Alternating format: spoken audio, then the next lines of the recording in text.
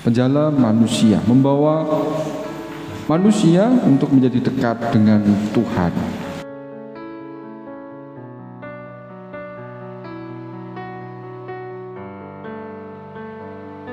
Nah, menjadi penjala manusia itu yang bagaimana?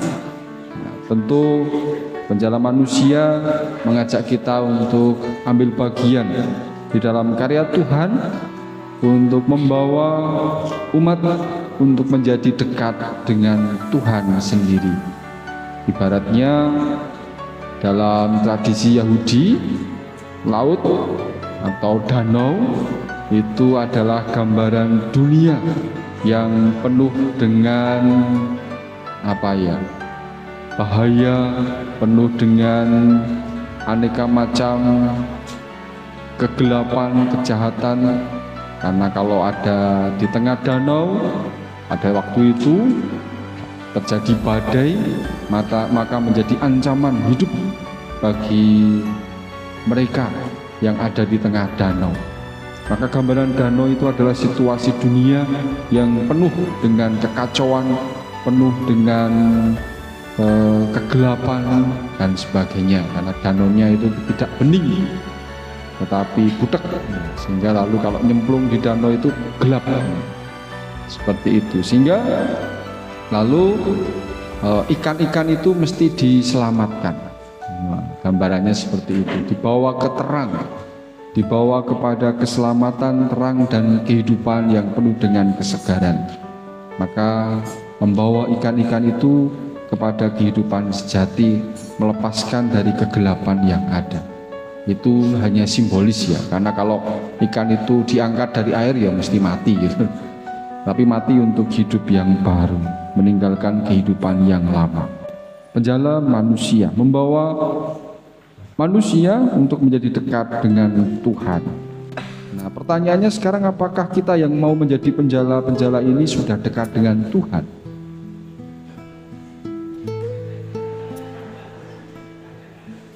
Kadang-kadang ya, kita patut menyadari bahwa kita juga bukan orang yang sempurna, bukan orang yang hebat, bukan orang yang suci. Tetapi justru Tuhan memilih kita dengan segala keterbatasan yang ada pada kita.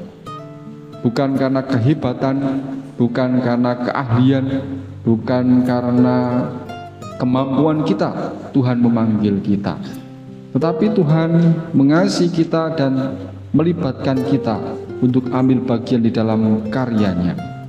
Sama seperti dalam bacaan-bacaan yang kita dengar hari ini, 3 tokoh tersebutkan di sana paling tidak. Ada Yesaya, ada Paulus, dan Petrus bersama teman-temannya. Mereka bukan manusia yang sempurna, bukan manusia yang hebat, bukan manusia yang punya kemampuan yang lebih. Petrus itu dikisahkan semalaman mencari ikan, menjala ikan, tetapi tidak mendapatkan apa-apa. Maka sebagai nelayan sebenarnya dia adalah nelayan yang gagal, ya toh? Bukan nelayan yang hebat. Kalau nelayan yang hebat, ya pasti dia sudah membawa hasil yang banyak. Tetapi Petrus nelayan yang gagal, semalam-malaman bekerja mencari ikan tetapi tidak mendapatkan apa-apa.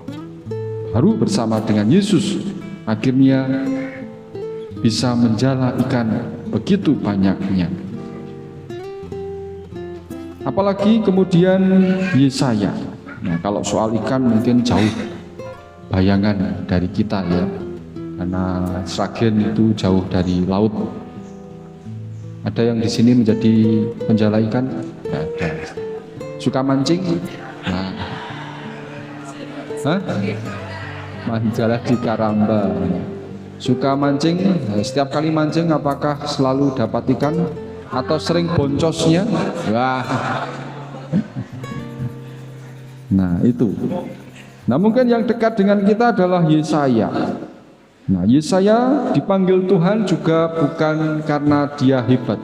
Bahkan Yesaya menyatakan dirinya, celakalah aku binasa. Sebab aku ini seorang yang najis bibir, dan aku tinggal di tengah-tengah bangsa yang najis bibir. Nah, najis bibir itu kayaknya sama dengan kita semua, ya toh? Karena seringkali kita jatuh dalam dosa itu dari bibir kita. Maka bibir kita ini bibir-bibir najis, ya. Begitu mudahnya kita mengungkapkan nyinyir, gitu, ngerasani kekurangan orang lain, gitu. Itu mudah kita ucapkan dengan bibir kita.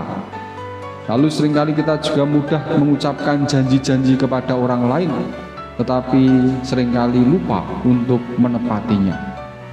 Romo itu apalagi gitu.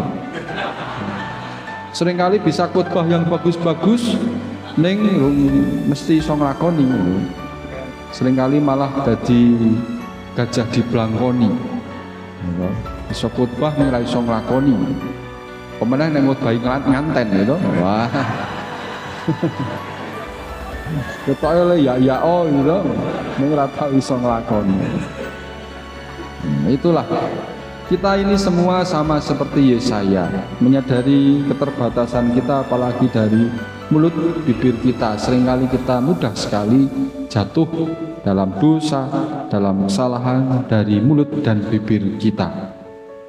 Tetapi toh Tuhan memanggil kita dan mengharapkan menggunakan bibir kita, mulut kita ini yang buruk ini, yang seperti cupang, yang seperti untuk kita gunakan untuk mewartakan kebenaran Allah, untuk mewartakan sabda Allah. Dan akhirnya dengan mulut kita harapannya membawa umat beriman, membawa umat manusia untuk menjadi dekat dengan Tuhan sendiri. Meskipun ya sadar bahwa kita seringkali juga jatuh dalam dosa karena mulut kita. Tetapi mari kita tidak membiarkan dumeh mulut kita seringkali jatuh dalam dosa, dalam kesalahan, lalu terus ya sudahlah, ngapain juga mewartakan wong mulut kita seringkali jatuh dalam dosa.